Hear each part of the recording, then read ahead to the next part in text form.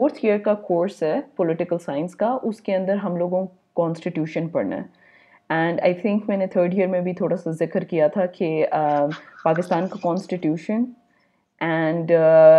British constitution, American constitution और Switzerland का constitution जो है हम लोग कवर करेंगे। और इसमें यह है कि जो आप लोगों का पेपर पैटर्न आता है उसमें ना 2 पार्ट्स होते हैं। उसमें पार्ट 1 में वो तो हम वैसे किसी और दिन भी डिस्कशन कैरी ऑन करेंगे, लेकिन जो पार्ट 1 के अंदर ना वो अमेरिकन, ब्रिटिश और स्विट्ज़रलैंड के कॉन्स्टिट्यूशन के जो सवालात हैं वो आते हैं, उनमें से आपने अटेम्प्ट करने होते हैं 2। एंड पाकिस्तान का कॉन्स्टिट्यूशन का जो पार्ट 2 होता है उसमें से भी आपने 2 अटेम्प्ट करने होते हैं, और एक जो होता है वो असेंशियल होता है पार्ट 1, वो जो कंपल्सरी क्वेश्चन होता है वो क्वेश्चन 1 होता है जो करना होता है। सो बेसिकली आप लोगों ने 5 क्वेश्चंस अटेम्प्ट करने होते हैं। सो इसलिए हम लोग मतलब 2 साल से जो हो रहा है वो ये है कि हमेशा हम लोग 3 कवर कर लेते थे, लाइक पाकिस्तान का, ब्रिटेन का और अमेरिका का, और स्विट्ज़रलैंड का हमेशा रह जाता था बिकॉज काफ़ी ज़्यादा डेंस कोर्स है और इसके अंदर काफ़ी एस्पेक्ट्स हैं जो हम लोग कवर करेंगे। सो ज़्यादातर मैं हमेशा पाकिस्तान के कॉन्स्टिट्यूशन से स्टार्ट करती थी, क्योंकि मुझे लगता था कि उसमें आप लोगों की फेमिलियरिटी है, कि आपको पता है कि पाकिस्तान के बारे में और हिस्ट्री के बारे में, और हमारे 3 कॉन्स्टिट्यूशंस आए हैं। लेकिन इस बार मैं सोच रही हूँ कि हम लोग जो है ना सबसे पहला जो कॉन्स्टिट्यूशन है दुनिया में जिसमें ब्रिटेन का कॉन्स्टिट्यूशन है, हम उस उधर से स्टार्ट करते हैं। और फिर हम लोग American constitution and like Switzerland का और फिर पाकिस्तान का, तो उसमें आप लोग कंपैरिजन भी कर सकते हैं कि कैसे, क्योंकि पाकिस्तान का कॉन्स्टिट्यूशन हम लोगों ने, वैसे तो अटेम्प्ट्स 1956 से बन रही थी, लेकिन ये बात है कि जो बना है, जो अब हम लोगों के मुल्क में जिसको कहते हैं कि राइज है, वो 1973 का कॉन्स्टिट्यूशन है। सो इस ये है कि जो दुनिया के सबसे कदीम कॉन्स्टिट्यूशंस हैं उनमें ब्रिटिश, अमेरिकन कॉन्स्टिट्यूशंस ज़्यादा लाइक समझे जाते हैं। इसमें ये है कि मैं पहले आपसे पूछती हूँ कि आपके मुताबिक कॉन्स्टिट्यूशन असल में है क्या, या जिसको हम आइन कहते हैं, वो क्या है?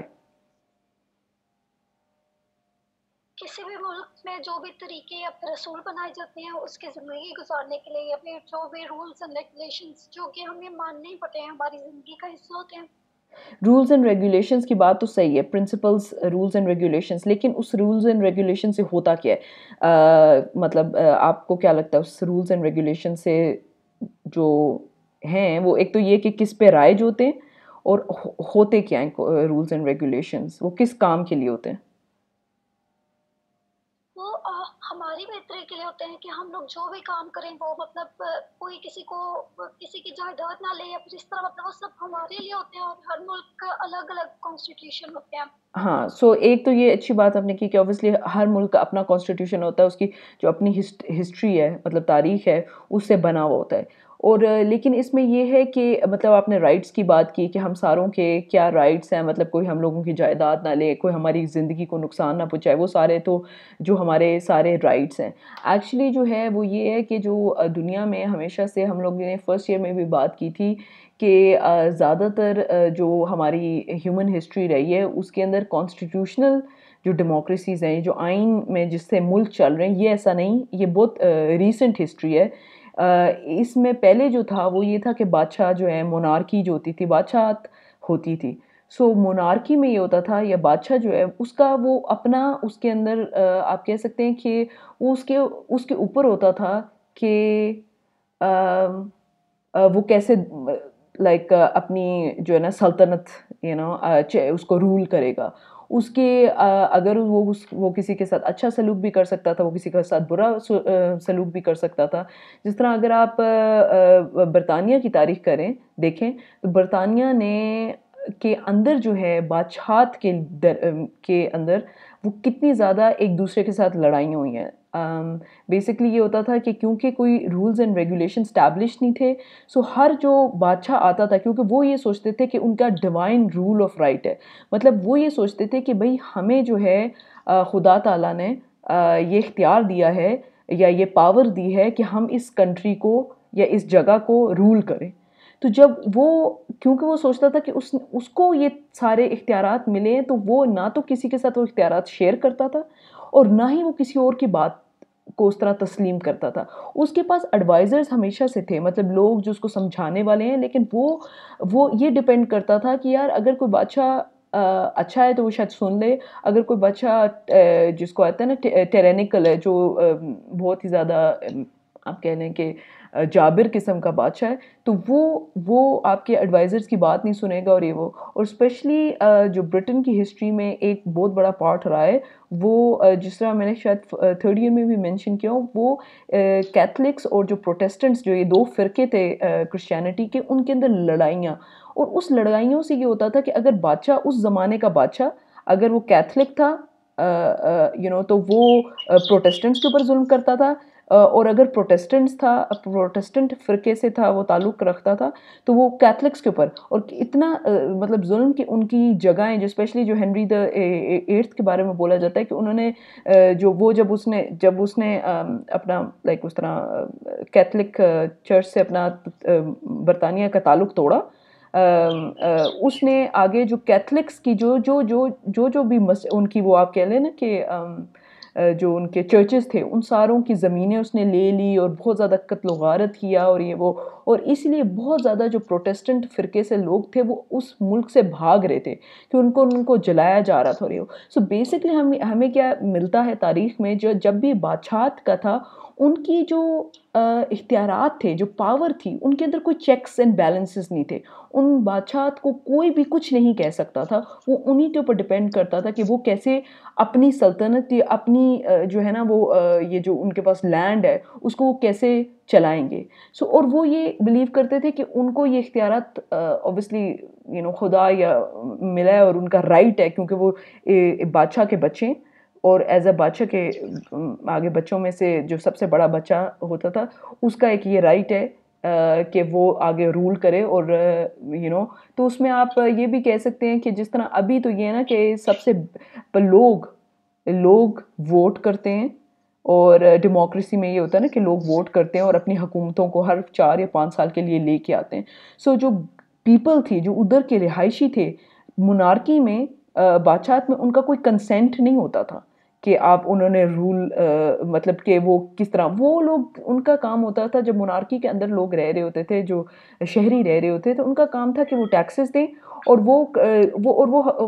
बादशाह के ऊपर होता था कि कब वो टैक्सेस बढ़ा दे, कब कम कर दे, कब उन्हें कहे कि आप मेरी ज़मीन के ऊपर लाइक उसको टिल करें, मतलब उसके ऊपर काम करें, कब कहता था कि आप यहाँ से चले जाएं, ये आपकी ज़मीन है नहीं है। सो उनके पास लोगों के पास ना तो कोई राइट्स होते थे, और ज़्यादातर जो है ना बादशाहत की सुनी जाती। तो इसकी वजह से बहुत ज़्यादा तारीख़ में आप देखते हैं कि कत्ल गारत हुई। और फिर आस्ता आस्ता जब लोगों में शऊर पैदा हुआ, तो उन्होंने अपनी हकूक़ के लिए, राइट्स के लिए आवाज़ उठाना स्टार्ट की। और ये उन्होंने जो लेजिटिमेसी जिसको कहते हैं, जो कि बादशाह किस बिना पे बादशाह बना है और उसको किसने ये इख्तियार दिया है, किसने ये पावर और राइट दी है, वो जो है उन लोगों ने क्वेश्चन करना स्टार्ट कर दिया। और क्योंकि उस वक़्त लोगों में प्रेस का भी काम था, मतलब जो अखबारात भी थे, बुक्स और इस तरह की चीज़ें शाये भी हो रही थी, तो लोगों को जिस तरह ज़्यादा पढ़ने को और समझने को मौका मिल रहा था, लोग ज़्यादा से ज़्यादा इस चीज़ के ऊपर आवाज़ खड़ा कर रहे थे। और वो ये उनको नज़र में आता था कि बादशाह कैसे लग्ज़री में रह रहे, और हम लोग कितने जो है ना बस गुर्बत और अफ़लास में रह रहे हैं। अच्छा, अब अगर हम थोड़ी-सी बात बेसिकली आइन की बात करें, और जिस तरह आपने बोला कि जो फंडामेंटल जो आपके प्रिंसिपल्स हैं, इसमें ये कि जो आइन के बारे में बोला जाता है, वो देखिए, आइन को या कॉन्स्टिट्यूशन को आम आम जो कवानीन है ना, जो आम लॉज़ हैं, उनसे डिफरेंशिएट किया जाता है। आइन को समझा जाता है कि वो जो सबसे जो आपकी रियासत है, या जो आपकी स्टेट है, या जो आपका कंट्री है, उसमें सबसे हाईएस्ट लॉ है। मतलब इसको सबसे अवलीन एंड हाईएस्ट लॉ समझा जाता है, क्योंकि सारे के सारे जो आप कह लें ना कि कवानीन हैं, वो इससे निकले होते हैं, या इसकी लिमिट्स जो इसने डिफ़ाइन की हुई है, उससे जो है ना बेसिकली उसको नज़र में रख के जो आपके दूसरे मुल्क के कवानीन हैं, उनको बनाया जाता है। सो बेसिकली ये कि कॉन्स्टिट्यूशन, एक तो ये पॉइंट है कि जिसको सबसे अवलीन और हाईएस्ट फॉर्म ऑफ लॉ कहा जाता है, एक तो वो है, और वो डिफरेंशिएट होता है ऑर्डिनरी लॉ से। और इसका मतलब है जब आप कहते हो कि अब हर मुल्क की ना अपनी बेसिकली इसके बारे में ना ट्रेडिशन है। कुछ लोगों के रूल्स ये हैं कि कॉन्स्टिट्यूशन को बहुत आसानी से तब्दील किया जा सकता है, कुछ कहें कि कॉन्स्टिट्यूशन को बड़ी मुश्किल से तब्दील किया जाता है, लेकिन सारों में एटलीस्ट ये है कि जो सबसे अवलीन या हाईएस्ट लॉ जिसको समझा जाता है ना, वो कॉन्स्टिट्यूशन का। इसके अंदर जो बेसिक प्रिंसिपल्स हैं कि स्टेट को कैसे रन करना है, उसका स्ट्रक्चर क्या होगा, उसकी प्रोसेस क्या होंगे। और अगर आपको स्ट्रक्चर की मैंने बात याद है, तो अगर आपको याद है कि हम लोगों ने बेसिकली बात की थी 3 जो बेसिक मॉड्यूल्स हैं गवर्नमेंट के, जिसके अंदर हम लोगों ने जुडिशरी के बारे में बात की थी, जिसके हमने आपकी जो एग्जीक्यूटिव है उसकी बात की थी, हमने पार्लियामेंट की बात की थी, ये जो ना 3 फॉर्म्स ऑफ गवर्नमेंट की जो हम लोगों ने बात की थी। एंड इसमें ये कि जो हम लोगों ने आपने बात की कि राइट्स क्या हैं सिटीजन्स के, मतलब शहरियों के असल में हकूक़ क्या हैं, और दूसरा ये कि ना सिर्फ शहरियों के हकूक़ क्या हैं, बट उनकी उस रियासत के लिए जो रिस्पॉन्सिबिलिटीज़ हैं या जो उनके जो उन्हें करना है अपने मुल्क के लिए, वो क्या है। इसी तरह बोला जाता है कि कंट्री जो है उसके सिटीजन्स की तरफ से राइट्स क्या हैं, और कंट्री की रिस्पॉन्सिबिलिटीज़ सिटीज़न की क्या हैं। और इसमें ये है कि आइन को ये भी बोला जाता है कि वो ऐसे रूल्स एंड रेगुलेशंस बनाती है जिससे कंट्री को कैसे चलाना है वो वाज़ेह होते हैं, like rules and regulations that actually govern the country. और उसके अंदर ये है कि जो distribution of power and responsibilities हैं कि किसके पास इख्तियारात होंगे और वो रिस्पॉन्सिबिलिटीज़ होंगी, और इसको इसलिए एक्चुअली पूरी गवर्नमेंट में डिस्ट्रीब्यूट किया जाता है। जिस तरह अगर आपको याद हो कि हम लोगों ने डिस्कशन की थी कि पार्लियामेंट का काम है कि वो लॉज बनाए, जुडिशरी का काम है वो देखे कि क्या कोई बेसिकली आपकी किसी एक तो आपकी कंट्री के अंदर कोई ऐसे तो नहीं सिटीजन्स हैं जिनको राइट्स उसके नहीं मिल रहे, और दूसरा ये कि क्या कोई पार्लियामेंट या आपका एग्जीक्यूटिव जो है वो कोई ऐसे रूल्स तो नहीं बना रहा जो कॉन्स्टिट्यूशंस के अगेंस्ट जा रहे हैं। एंड देन एग्जीक्यूटिव का काम था कि जो आपके रूल्स आपकी पार्लियामेंट बनाती है और आप एक तो पार्लियामेंट में वो पार्टिसिपेट भी करते हैं, लेकिन जो रूल्स वो पार्लियामेंट के होते हैं या कॉन्स्टिट्यूशन या रूल्स जो बनते हैं उनको इम्प्लीमेंट करना, और दूसरा ये कि आपको मुल्क को तरक्की दिलवाना कि वो ऐसे ऐसे प्रिंसिपल्स या ऐसे किस्म की डिसीजन मेकिंग करे कि आपके मुल्क तरक्की करे, प्रॉस्पेरिटी और प्रोग्रेस की तरफ जाए, और ये वो वो एग्जीक्यूटिव का वो भी काम होता है। सो ये चीज़ है कि जो पावर है, जो इख्तियारात हैं, उनको कैसे गवर्नमेंट में पूरी गवर्नमेंट के अंदर डिस्ट्रीब्यूट हो जाते हैं। और इवन ये इस सतह तक कि मतलब आपके प्राइम मिनिस्टर का काम क्या है, आपके प्रेसिडेंट का काम क्या है, आपके बेसिकली आपकी जैसा हम लोगों ने बात उस वक्त भी की थी कि आपकी प्रोविंशियल गवर्नमेंट्स या जो नेशनल है, लोकल, उन सारों के डिस्ट्रीब्यूट होती है, सारी नीचे तक जाती है, और ये सारा कुछ लिखा होता है आपके आइन। सो बेसिकली आपका आइन एक ऐसा डॉक्यूमेंट है जो बताता है या डिफ़ाइन करता है कि आपके मुल्क को बेसिकली चलेगा कैसे। और उसमें ऑब्वियसली हमने राइट्स और रिस्पॉन्सिबिलिटीज़ की बात कर ली। सो अभी जो अभी अब तक आपको आइन के बारे में समझ आए, अगर आप रिपीट करो कि मैंने क्या बोला है, तो फिर हम लोग आगे चलते हैं स्लाइड में। इसमें जो सा है सब लोगों के लिए, जैसे कॉन्स्टिट्यूशन हम गवर्नमेंट की तरफ से जो भी रूल्स होते हैं, जो और बाकी जितने भी रूल्स होते हैं, ये हर मुल्क की कॉन्स्टिट्यूशन जो होता है और बाकी सब रूल्स पे जो होता है वो ऊंचा होता है, या फिर वो सबसे ज़्यादा ज़रूरी होता है। सारे बाकी जो से रूल्स होते हैं वो हमारे कॉन्स्टिट्यूशन के मुताबिक बनाए जाते हैं। बिल्कुल बिल्कुल, जो आपके जिसको आप कहते हैं कि आपके जो लॉज हैं आपके मुल्क में, वो कॉन्स्टिट्यूशन के अंडर बनते हैं, मतलब कि कॉन्स्टिट्यूशन में क्या लिखा है उसके अकॉर्डिंगली बनते हैं। तो ठीक है, ये एक पॉइंट हो गया। एंड दूसरा क्या पॉइंट्स थे? सिटीजन्स के राइट्स की मैंने बात की, राइट। सिटीजन्स के राइट्स क्या हैं, वो आपके कॉन्स्टिट्यूशन में लिखे जाते हैं। जिस तरह ये बात है कि देखिए, जो पहला सबसे बात है ना कि अमेरिका के कॉन्स्टिट्यूशन के, सो जो सबसे पहले लाइन है वो ये कि हम सारे, एक तो ये कि हम लोग इक्वल हैं, इंसान इक्वालिटी की उसकी बात की है कि काले काले गोरे में, और ये नहीं है कि कोई बादशाह है वो हमसे ऊपर है और हम सारे नीचे हैं, ऐसा कोई नहीं है। सो बेसिकली जैसा ऑब्वियसली हम एज अ जो हम लोग सोचते हैं कि ये सारे जो इक्वालिटी का प्रिंसिपल है ये तो कुरान ने पहले वाजे कर दिया और ये वो, सो यही बात है कि जो आपके इक्वालिटी का प्रिंसिपल है, जो फ्रीडम के प्रिंसिपल है कि इंसान फ्री है। समझें एक और जो मैंने बोला था कि आपको अरेस्ट वारंट के ख़िलाफ़ नहीं किया जा सकता, कि ये नहीं है कि कोई भी पुलिस आपके घर में घुस जाए और आपको उठा के ले जाए। ऐसी बात है कि आपको वारंट, और वारंट उनको कोर्ट से लेना पड़ता है कि इसने कोई बंदे ने इसने कोई गलती की है, फिर उसकी वजह से हम इसको अरेस्ट करें। ऐसा नहीं है कि कोई अंधा कानून है और आपको कोई भी रूल्स एंड रेगुलेशंस नहीं है। तो ये जो सारे राइट्स हैं कि सिटीज़न शहरी के असल में राइट्स क्या हैं, कि उसको कत्ल नहीं किया जा सकता, उसकी जायदाद को कब्ज़ा नहीं किया जा सकता, वो जो लॉफुली अर्न करेगा, और उसकी रिस्पॉन्सिबिलिटीज़ ये हैं कि वो टैक्सेस देता है, और जो है वो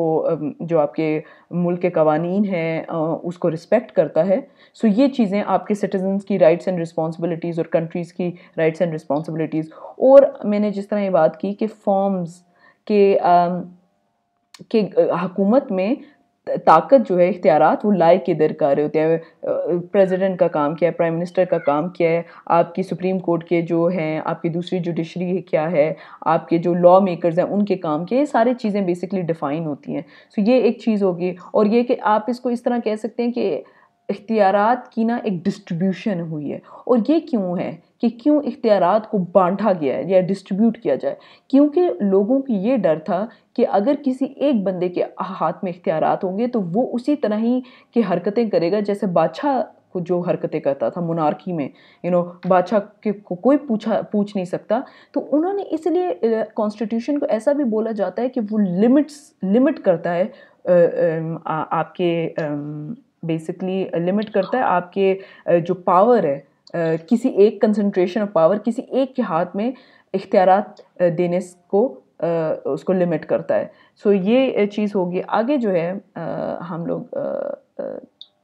बात करते हैं, वेट लेट्स सी। हाँ, सो इसमें ये है कि कॉन्स्टिट्यूशन के बारे में ये भी बोला जाता है कि वो ना सिर्फ इंस्टीट्यूशंस जो आपके मुल्क के अदारे हैं वो क्रिएट करता है, वो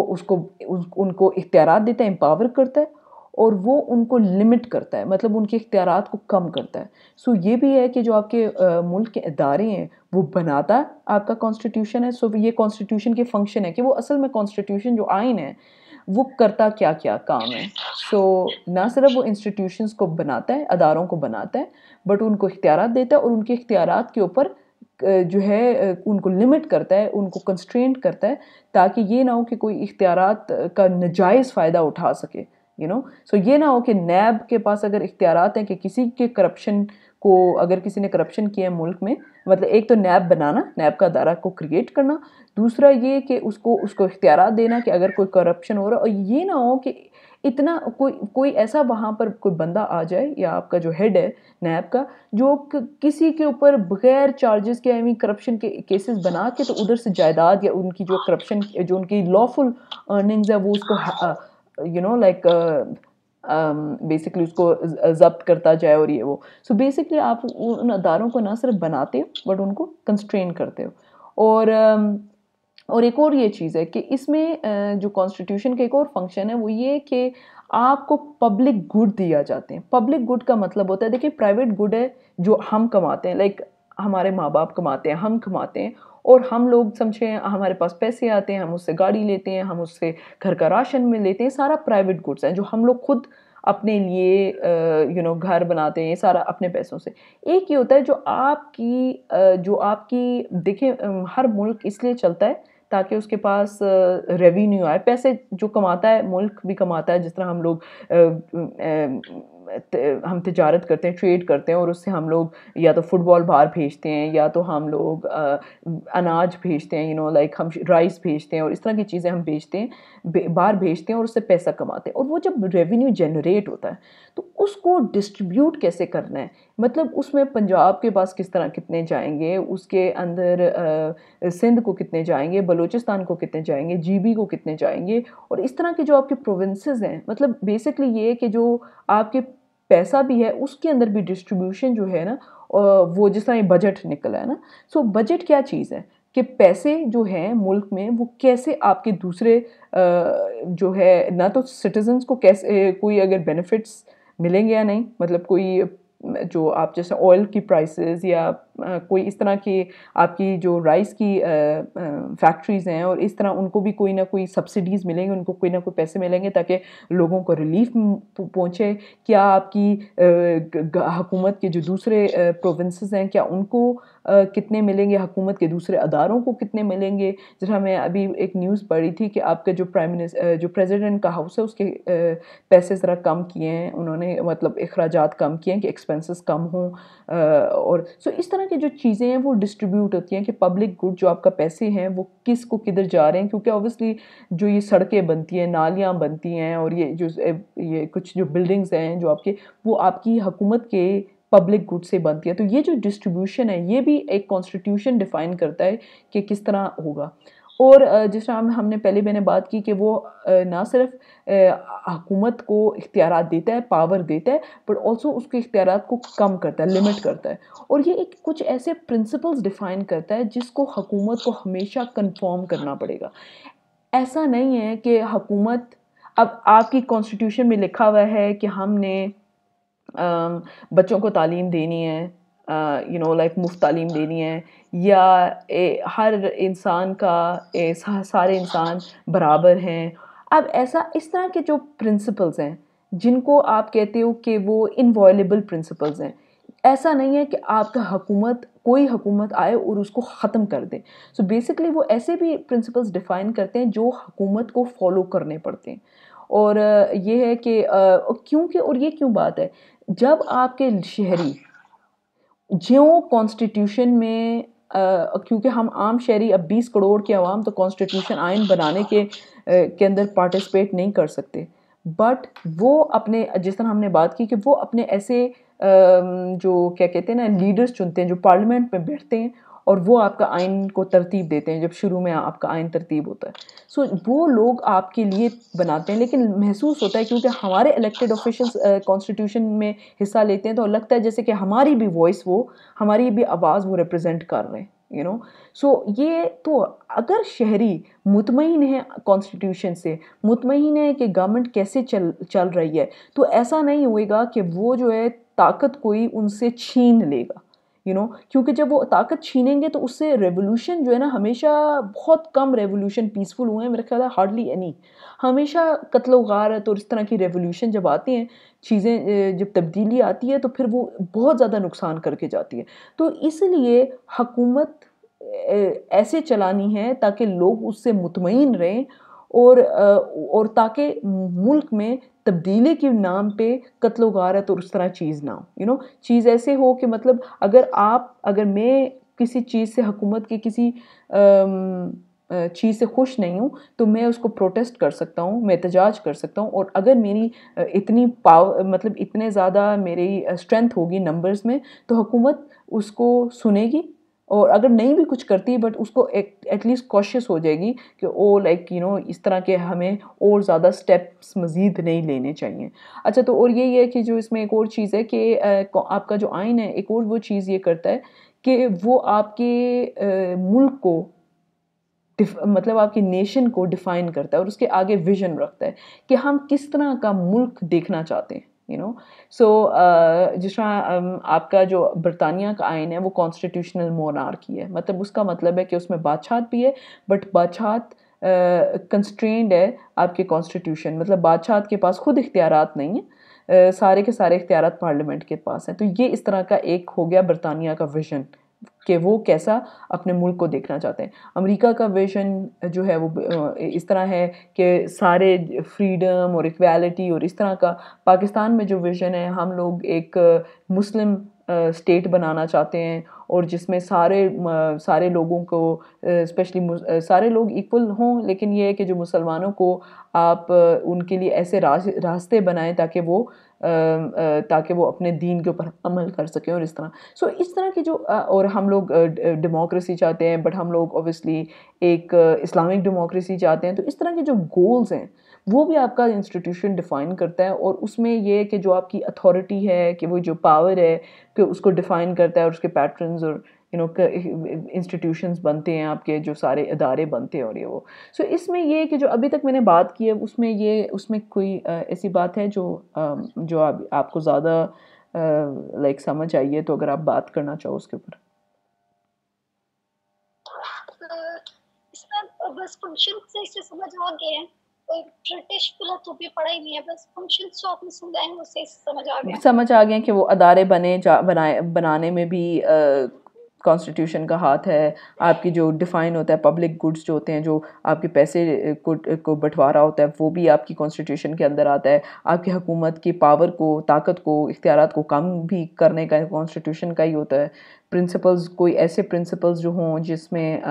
वो ले करता है, जो गवर्नमेंट भी उसको ख़त्म नहीं कर सकती। आपके मुल्क का जो विज़न क्या होता है वो भी वो डिफ़ाइन करता है, और आपकी और एक ऐसे हालात पैदा करता है कॉन्स्टिट्यूशन, ताकि इख्तियारात से जो लोगों की आवाज़ उस कॉन्स्टिट्यूशन में हो, ताकि वो लोग लाइक तब्दीली के लिए सड़कों पे ना आएँ और इस तरह की चीज़ ना, ताकि वो हारमनी, मुल्क में हारमनी रहे, विज़न एक हो, गोल हो कि मुल्क ने आगे कहाँ जाना है, और जो आपके इख्तियारात हैं उसका जो सारा जो उसकी डिस्ट्रीब्यूशन है, पावर है वो। अच्छा, इसमें ये कि जो एक और अगला पॉइंट है वो ये कि कॉन्स्टिट्यूशन किस फॉर्म में होता है, मतलब उसको क्या कोई कागज़ की फॉर्म में है, क्या मतलब क्या कोई डॉक्यूमेंट है पर्टिकुलर। अब हमारे मुल्क का कॉन्स्टिट्यूशन अगर आप गूगल करें 1973 का कॉन्स्टिट्यूशन, तो वो एग्जिस्ट करता है। अगर आप अमेरिका का कॉन्स्टिट्यूशन जो है 1787 का, वो आप गूगल करें तो आपको आ जाता है, बिल ऑफ राइट्स भी आ जाता है। सो इस तरह के जो डॉक्यूमेंट्स हैं वो आपके आ जाते हैं। अमेरिका के जो ब्रिटिश का कॉन्स्टिट्यूशन है उसके बारे में कहा जाता है कि वो अनरिटन है, मतलब उसका कोई एक स्पेसिफिक डॉक्यूमेंट नहीं है कि मैं जो गूगल करके। ऐसा ये है कि कुछ कॉन्स्टिट्यूशन की फॉर्म्स जो हैं, फॉर्म्स होता है ना कि मतलब किस शक्ल में। सो कुछ रिटन कॉन्स्टिट्यूशंस हैं, कुछ लीगल थियरीज़ हैं, कुछ लोग जो जिसको नॉर्म्स या कस्टम्स कहते हैं, मतलब कुछ ऐसे रवायात हैं जिनके ऊपर मुल्क चल रहे होते हैं, कुछ ऐसे अंडरस्टैंडिंग्स हैं जो लोगों के दरमियान में अंडरस्टैंडिंग्स हैं, जो और लोगों की कुछ तारीख़ में ऐसी चीज़ें जो हम लोग करते हैं और उसकी बना पे चलता है। जो क्योंकि अब जब आप बरतानिया के आइन के बारे में पढ़ेंगे, कॉन्स्टिट्यूशन के बारे में, सो यू विल रियलाइज़ कि उसके अंदर बहुत से काम कस्टम्स के ऊपर होते हैं कि रवायात क्या हैं। जिस तरह हमारी रवायत है ना, जिस तरह मुल्क में हमें पता है पाकिस्तानी रवायात क्या हैं, कि कोई फोतगी हो जाए तो हमें उसके घर के अंदर घर पे जाके ताज़ियत करनी होती है। कोई शादी हो तो हम या तो जाते हैं, उनकी खुशी में शामिल होते हैं, कोई गमी खुशी हो तो उसमें पार्टिसिपेट करते हैं। हमारे एक ड्रेसेस, एक हमारी रवायात है कि हम क्या कपड़े किधर पहनते हैं। अब किसी की फोतगी में हम लोग कोई एक्स्ट्राऑर्डिनरी किस्म का कपड़ा नहीं पहन के जाएंगे, बड़ा ही जो हम आम घर के कपड़े हैं वो, और उसी हालत में जाएंगे। तो इस तरह की जो रवायात हैं वो कहीं लिखी नहीं जाती। इसी तरह बरतानिया का जो आइन है और बरतानिया का जो मुल्क चल रहा है वो बहुत सी रवायात पे चल रहा है। उनमें एक रवायत की अगर मैं आपको मिसाल दूं कि हमेशा जब जो आपका पार्लियामेंट का सेशन या बजट की होती है, बजट जिस तरह पेश होता है, हमारा तो आपका मिनिस्टर जो है ना पार्लियामेंट में करता है, लेकिन जो आपका कोई भी इस तरह का होता है वो आपकी बादशाह जो है हमारी मतलब यूके की जो क्वीन एलिज़ाबेथ है वो बजट पेश करती है। और ये वो, या क्वीन एलिज़ाबेथ से हमेशा हर हफ्ते या कुछ अरसे के बाद आपका जो प्राइम मिनिस्टर है जाके आपको बरतानिया की जो मलका है उसको बताता है कि मुल्क में क्या हो रहा है। और ये वो, इस तरह की जो रवायत है वो कहीं लिखी हुई नहीं है, बट वो रवायात वो फॉलो करते हैं जैसे हम लोग अपने मुल्क में रवायात फॉलो करते हैं। सो इस तरह का भी है कि कॉन्स्टिट्यूशन कुछ मुल्कों में तो आइन लिखा गया है रिटन फॉर्म में, कुछ में इट्स रिटन फॉर्म में नहीं है, और उसके अंदर जो आपकी रवायात हैं चल रही हैं वो है। अच्छा, उसमें ये है कि अब सिर्फ एक लास्ट स्लाइड रह गई है और वो मैं एक्सप्लेन कर देती हूँ। वो ये है कि कुछ लोग अब लाइक एक डेफिनेशन के मुताबिक, जो कॉन्स्टिट्यूशन की डेफिनेशन किसी ने दी है वो कि कॉन्स्टिट्यूशन असल में आइन क्या है, क्योंकि अगर आपके पास बहुत से लॉज हैं, बहुत से कवानीन पड़े हुए आपके सामने, तो आप समझोगे कैसे कि यार कौन सा कॉन्स्टिट्यूशन इसमें कवानीन में कौन सा है। सो उसके अंदर उन्होंने ये बेसिकली बात की हुई है कि कंपैरेटिव कॉन्स्टिट्यूशन के प्रोजेक्ट की एक डेफिनेशन ये है कि कॉन्स्टिट्यूशन जो है, आइन जो है, वो सबसे बुनियादी फंडामेंटल लॉ है और जिसको बेसिक लॉ कहते हैं। फंडामेंटल या बेसिक लॉ होता है किसी भी मुल्क का। अगर कोई